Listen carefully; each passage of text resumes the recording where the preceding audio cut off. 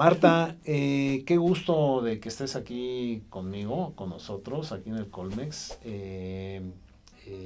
Tú has sido diputada independiente, has estado en el programa LEAD, en la corte Décima. décima, lo que nos dio mucho gusto porque realmente es muy activa.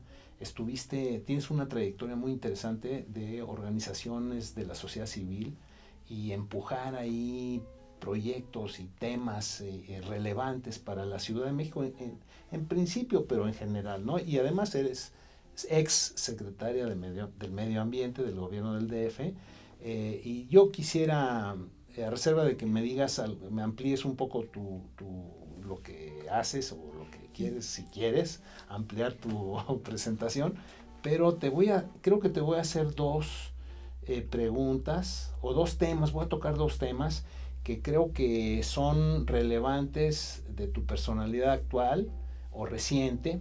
Una, por supuesto, tiene que ver con tu papel muy destacado como secretaria del Medio Ambiente. Me parece que quisiera yo destacar, por ejemplo, el Plan Verde. El Plan Verde que tú lanzaste en el gobierno como secretaria tiene por lo menos dos características fundamentales. Una, el tiempo, o sea, no era para el sexenio, era más allá del sexenio. O sea, digamos, la temporalidad del plan, y la otra, la transversalidad del plan. O sea, son dos aspectos absolutamente esenciales para que cualquier política se lleve a cabo. No hay política que se acabe en tiempo y en espacio en un momento dado, pues trasciende los tiempos. Entonces, bueno, el Plan Verde. Y otro aspecto que me parece fundamental, que todo el mundo te reconoce por eso, es porque andamos en bicicleta en la Ciudad de México. Pues eso es una cosa fantástica. O sea, andamos en bicicleta en Ámsterdam, en París, pero ahora andamos en bicicleta, no sé, 300,000, 350,000 usuarios andan en bicicleta todos los días en la Ciudad de México. Son dos aspectos fundamentales, son proyectos emblemáticos, es un proyecto emblemático y otros más que quizá no hay tiempo para hacerlo. Y la segunda parte, pero ya vendrá. Ahorita tienes una proyección internacional, bueno, la tienes desde que fuiste secretaria, y esa proyección internacional de la gran Ciudad de México en un pacto de grandes ciudades, que es absolutamente esencial, porque como tú dijiste en algún momento en la introducción del Plan Verde, trasciende, o sea, no estamos aislados. Digamos, el efecto, el impacto de la contaminación y de las actividades que se realizan en la Ciudad de México, pues trascienden las fronteras nacionales incluso. Y es internacional, es una escala internacional en la que estamos metidos como gran ciudad, pero también como humanidad, como urbanos, porque todos somos urbanos, casi todos somos urbanos, pero dependemos mucho del campo. Entonces, bueno, es un placer y Muchas gracias. Te doy el micrófono. Gracias, Boris. Bueno, mira, creo que es interesante empezar por el tema del Plan Verde. En efecto, tiene algunas características que lo hacen un programa innovador, interesante, sobre todo para el sector ambiental, porque este tipo de planes se pueden hacer en cualquier área del gobierno. Puedes hacer un plan de educación, de salud, de seguridad pública, un plan económico, ¿no? En el caso del Distrito Federal, en la época de Marcelo Ebrard, él tomó, pues, como una de sus más altas prioridades la agenda ambiental. Y la bueno, verdad, eso se debe a tu persona. Pues fue las dos cosas, o sea, uno puede ser muy entusiasta, ¿no? Puedes decir, ay, mi tema es el más importante y yo quiero ver quién te hace caso, ¿no? Claro. ¿No? De decir esto. Entonces, Marcelo tenía una trayectoria ya en gobierno en materia ambiental porque le tocó participar en la elaboración de la Ley General del Equilibrio Ecológico y la Protección del Medio Ambiente. Entonces, desde ahí se sensibilizó, conoció de experiencias internacionales, le tocó estar en el gobierno cuando fue la crisis atmosférica del DF al principio de los 90s y traía muchas intenciones de hacer cosas. Y creo que por eso nos invitó también, ¿no? Un poco a colaborar con él en el gobierno de la ciudad. Entonces, decidimos hacer un plan de largo plazo porque lo que habíamos visto es que muchas políticas públicas, como no se agotan en 6 años, dicen, no nos va a dar tiempo, entonces no se empiezan nunca. porque como no se van a terminar, entonces las terminamos por posponer, no se comienzan. Entonces, el plan verde en principio tiene esa intención, ¿no? De ser un plan a 15 años, a un mediano plazo. Sí. Y la segunda cosa que tú dices, que sea transversal, es la primera vez que la ciudad tuvo un programa en donde todos los temas ambientales fueron planificados y presupuestados, evaluados, y se le dio mucho seguimiento, ¿no? Bueno, y reconocidos por todas las demás secretarías, los demás sectores, o sea, son los demás sectores que tienen que ver con aspectos ambientales, no es nada más la secretaría. Claro, el Plan Verde tiene más de 70 programas, Exacto. metas, y de eso solamente la mitad eran competencia de la Secretaría Exacto. del Medio Ambiente. La otra mitad, desde la Secretaría de Educación, Seguridad Pública para el tráfico vehicular en la calle, la de Educación, Cultura, bueno, eran 18 dependencias de la administración pública local las que tenían una o varias metas Sí. o programas del plan. Fíjate, en teoría, en el papel, el tema es transversal. Pero una cosa es que el tema en el papel sea transversal y otra cosa es cómo lo implementas, cómo lo haces operativo en la política, cómo cumples metas transversales. Ese es un problema de administración pública y más aún si estamos pensando en ambiente y más aún si estamos pensando en una ciudad complicada, compleja como en la que vivimos, ¿no? Sí, y la verdad, a nivel de convicción y de apoyo siempre fue muy bueno y el jefe de gobierno lo anunció desde el principio con enorme entusiasmo y aún con toda esa voluntad política, con toda la promesa que se hizo del plan, su ejecución fue muy compleja porque en el camino se empiezan a atravesar otras prioridades, o sea, y tienes que ir rellamando, recomponiendo otra vez muchos asuntos y cosas y al final se empieza a aflojar, todo el mundo se les empieza a olvidar otra vez y otra vez tienes que llamar al gabinete a recordar qué tienen que hacer. Entonces, la parte de esa de que todos los secretarios o los directores generales de algunas áreas clave del plan se involucraron fue un reto muy grande. La parte presupuestal, que ese plan siguiera teniendo presencia en la asignación de dineros durante todo el sexenio. Y lo más difícil también fue un poco el involucramiento de los demás fuera del gobierno, ¿no? La sociedad civil, los ciudadanos. Los actores sociales. Los empresarios, poco a poco, ¿no? Y ¿Cuál es tu punto? O sea, ¿qué te gusta Mira, el plan verde tiene plan? 7 ejes. Tiene el eje del aire, los residuos, la movilidad, la habitabilidad y el espacio público, el suelo de conservación. Se hizo un muy buen plan de acción climática y energía para la ciudad y todos, bueno, tenían sus metas, se evaluaron y todo. Yo destacaría, yo creo que 3, ¿no? Ecobici, bueno, ha sido un gran Vamos éxito. a hablar de la bici al rato, ¿no? Porque a mí me gusta tu foto cuando andas en la bici. Fíjate que, híjole, bueno, fue muy difícil al principio porque justo nos decían lo que tú dices, ¿no? Pues es que las bicis son para una pequeña ciudad europea, o sea, ¿a quién se le ocurre poner unas bicicletas en una mega ciudad? O sea, ¿en qué están pensando? ¿Se volvieron locos o qué les pasó? Pero nosotros ya habíamos visto el éxito que tuvieron en París y en Barcelona, que aunque la verdad toda proporción guardada, la Ciudad de México es bastante más grande y compleja. Pero educación vial. Y también, pero entonces, bueno, el reto era difícil, era un reto difícil por varias cosas. Uno, abrirle el lugar en la vía a un nuevo actor siempre es difícil, a quien sea. Tú dices, voy a meter un carril de Metrobús por acá y bueno, a ver, quita un carril de coches y otro medio carril y reconfigura todo pues la forma de movilidad, las vueltas, los semáforos. Es muy difícil. Ahora, si lo dices para las bicicletas, pues nunca falta quien piensa, no, pues a todos los van a matar en la calle atropellados o nadie anda en bicicleta, ¿para qué les dan tanto, no? Si sí. Los ciclistas no existen en el DF.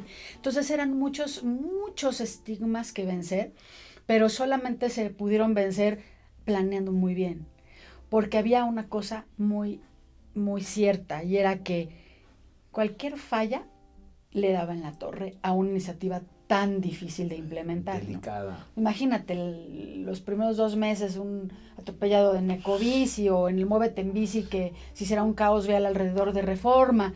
Entonces, La verdad le dimos su tiempo de planeación bastante a fondo, con gente muy capaz, a todo el programa de bicicletas. Hicimos una estrategia de movilidad en bicicleta, el plan de ciclovías, el plan del sistema individual de transporte como es Ecobici. Y la verdad, el éxito es así muy claro. Hoy, la verdad, ya vemos como parte del paisaje urbano esos ciclistas en Reforma. Afortunadamente se está ampliando también, ¿no? Ahorita, vamos a llegar ya a 20 millones de viajes en Ecobici. Sí, estamos a punto es de... Es el número de viajes diarios. Número de viajes, no diarios, eso es el viaje diario en total de toda la ciudad. El viaje diario de todas las ciudades, sí, 20 millones. Pero ahorita vamos a llegar... Se van a cumplir 4 años, 20 millones en total. 20 millones de utilización viajes de la en bicicleta. Bici, sí. O sea, se registra... Viajes en Ecobici. Porque también hay otros viajes en bici que pues, son a lo mejor. O sea, tú registras en la barra donde están las bicis una salida o una entrada, y eso es cada salida es un viaje. Un número. Y se tienen pues sus promedios de duración, sus distancias de dónde a dónde fue. Claro, en fin, ¿no? Hay más de 100,000 usuarios, ¿no? Aquí tenemos alumnos que han hecho trabajo de tesis, de maestría, que están muy metidos en la cosa de las bicis. Tenemos por lo menos 2 alumnos que son ecobicicleteros. Es magnífico. Sí. Y que ya han pasado 2 años de la actual administración y sé que pronto van a hacer ya una ampliación del sistema, ¿no? Sí. Ahorita el sistema tiene 4,000 bicicletas. Es un sistema mediano, yo diría, pero la ciudad tiene para crecer ese sistema por lo menos 5 veces. Sí, fácil. Y creo que da para hacer un sistema, una alternativa de transporte público para la ciudad. Entonces, sí es un programa emblemático. ¿Sabes? Y hay otro aspecto que me parece fundamental, y es el civismo. O sea, el que haya ciclistas frágiles como están ahí, tú andas atrás de tu coche y te sientes, no sé, poderoso, pero un ciclista frágil, una señorita, un joven, un fulano ahí, es un cambio cívico en la forma de pensar el espacio público de la ciudad. Ese es otro aspecto, otro valor agregado. Pues tú lo dices como muy así, pero la verdad es que, por ejemplo, el primer año del sistema, el porcentaje de hombres y mujeres que utilizaban la bicicleta era de 75-25.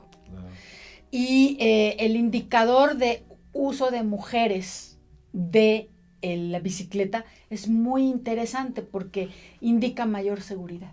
Si las mujeres usan la bicicleta, eso es un indicador de que el sistema es seguro, ¿no? Claro.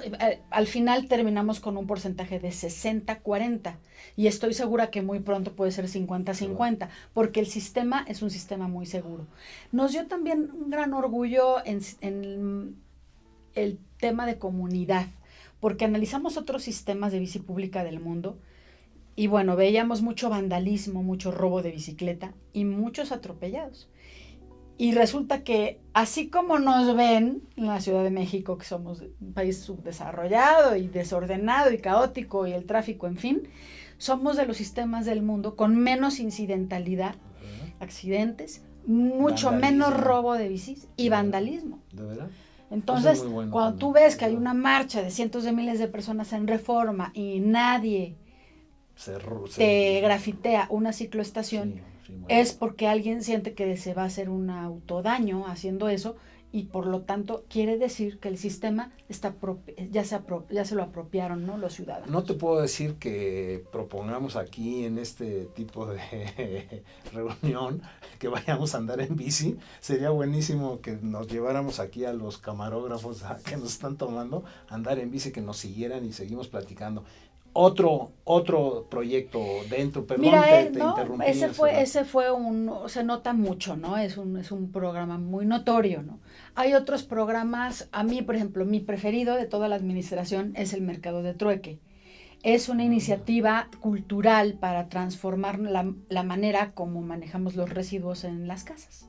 Y entonces esto consiste en lo siguiente, o sea, una vez al mes hablamos a la comunidad, a que los llamamos, hacemos una convocatoria, a que lleven, en principio empezamos en Chapultepec, en el bosque, todos sus residuos separados, Tetra Pak, vidrio, metal, papel, cartón, residuos electrónicos. Yo he participado en eso, yo he llevado cosas.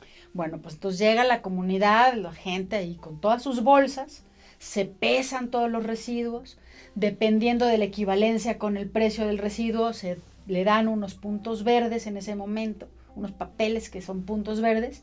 Inmediatamente después, pues tienen un mercado, un pequeño tianguis de productores orgánicos, ¿sí? de Tláhuac, Milpalta y Xochimilco, que tienen todo su puesto muy bonito y los tienen sus precios en puntos. O sea, cambio mi desperdicio de electrónico por unos rabanitos. Verduritas, lechuguita, bueno, al final ya llevaban los productores ya productos un poco más elaborados, mole, quesos, miel.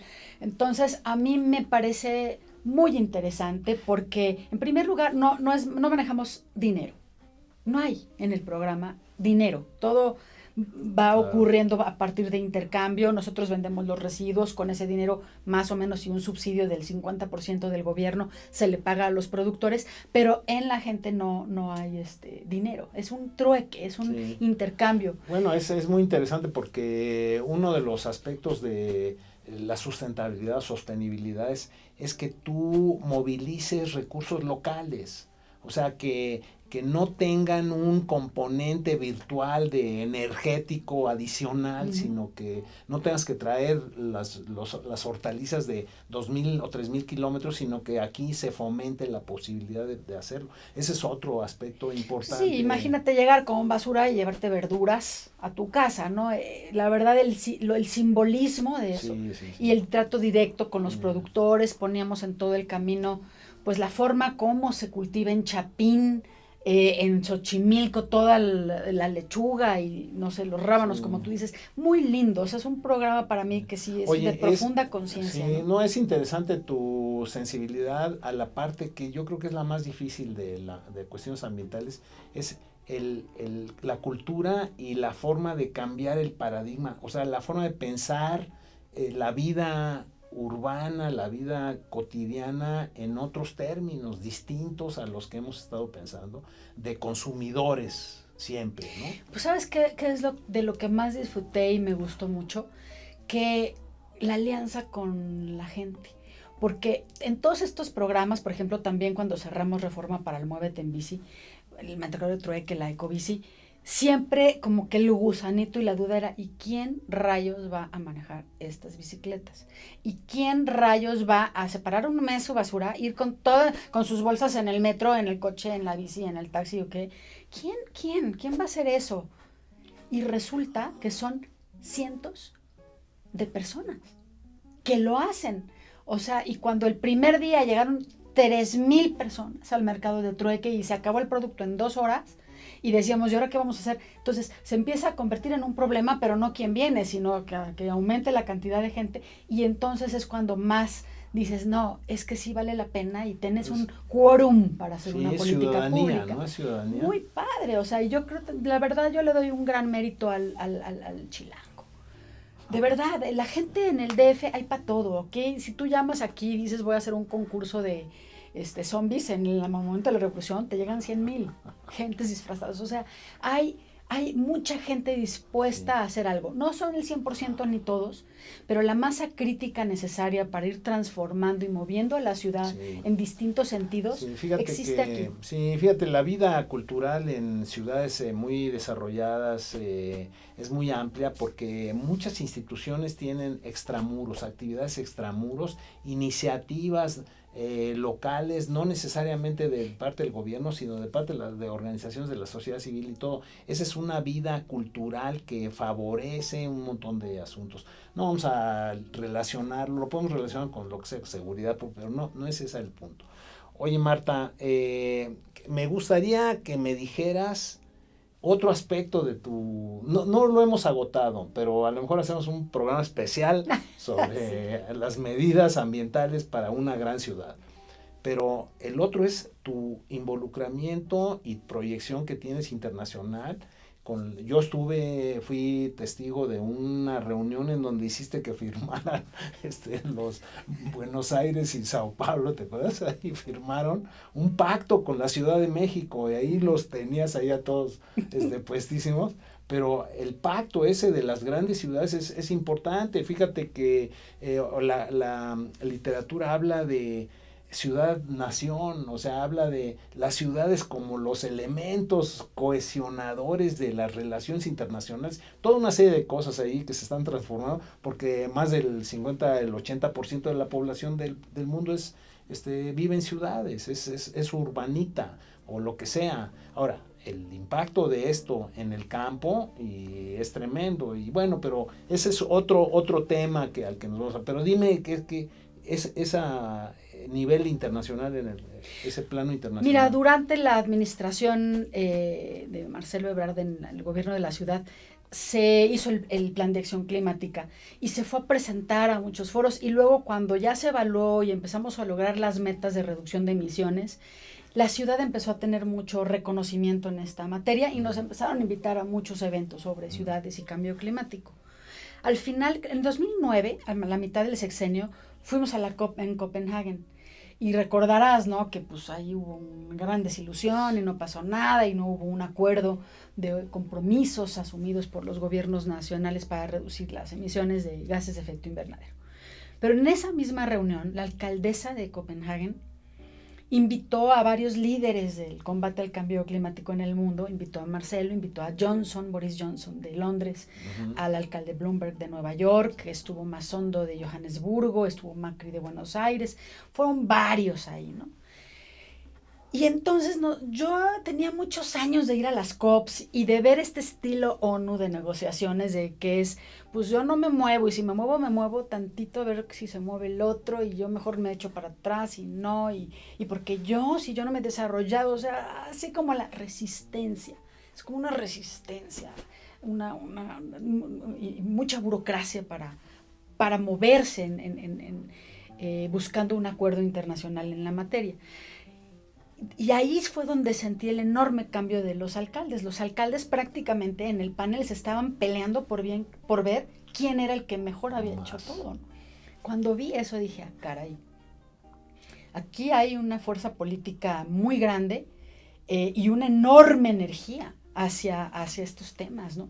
Y veías a uno diciendo, pues yo puse el congestion charge, como dijo Johnson, ¿no? Y no nos dijo Johnson también, me acuerdo muy bien, no nos hagamos, aquí estamos compitiendo a ver qué ciudad lo está haciendo mejor, ¿no? Y todos los demás, sí, ¿no? Entonces, de regreso a la Ciudad de México, sabíamos que la COP sería en México, la COP 16, y entonces organizamos una gran convocatoria a alcaldes del mundo para firmar el Pacto Climático Global de Ciudades. Entonces empezó con una iniciativa en donde queremos tener a 30 de alcaldes de muchas ciudades del mundo, que vinieran 40 y firmaran en un gran evento, ¿no? Y cuando estamos planeando, pues ya sabes, la parte política siempre es muy ambiciosa, ¿no? Y la foto y los alcaldes, ¿no?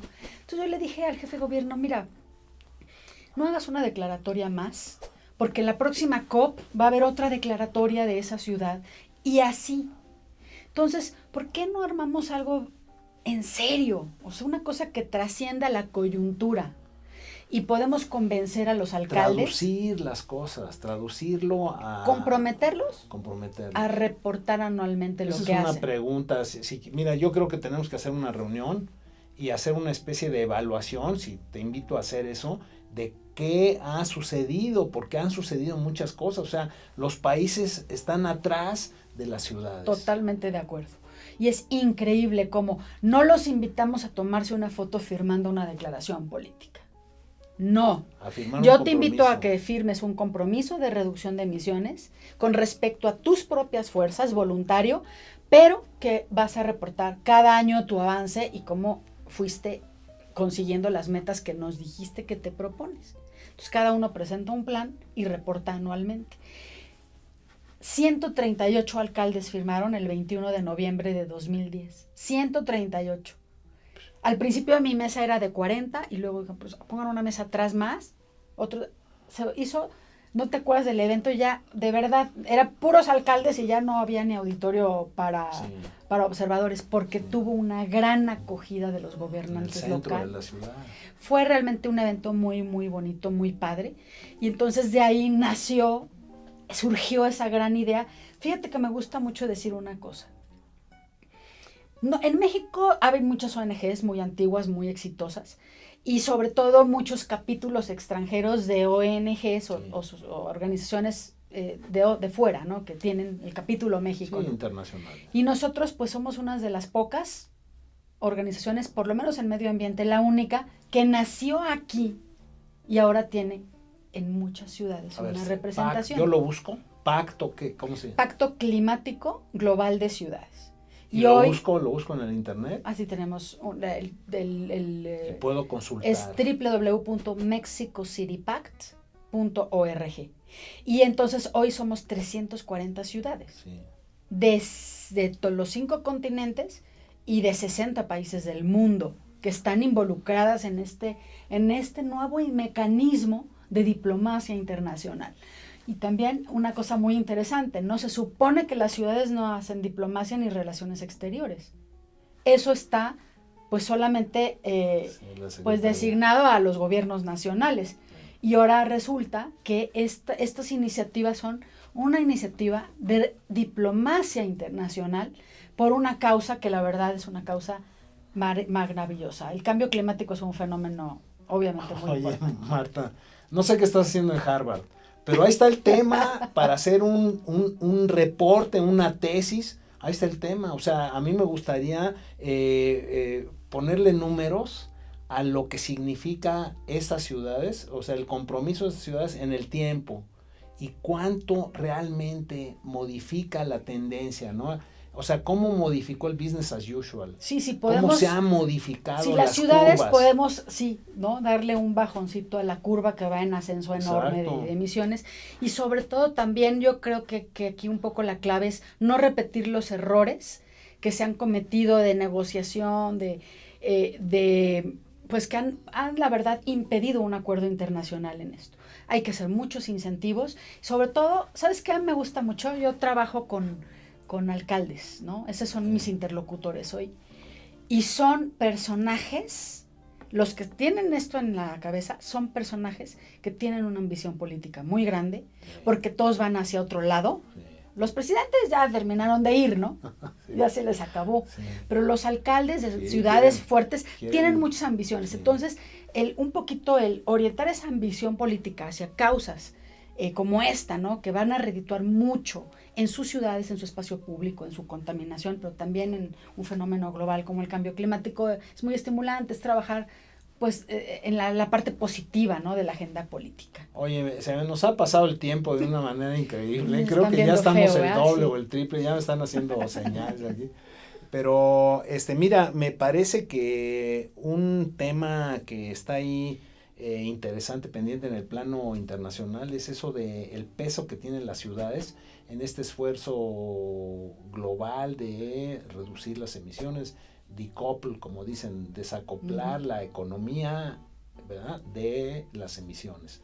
Entonces, Marta, yo te agradezco mucho. No hemos terminado, no, pero ya usamos el tiempo muy eficientemente. A mí me pareció interesante tus apreciaciones del papel que estás jugando y tienes un gran impulso, realmente tienes mucha energía tú misma para poder hacer todo eso. Entonces, espero que aceptes otra invitación. Encantada, muchísimas gracias. Bueno.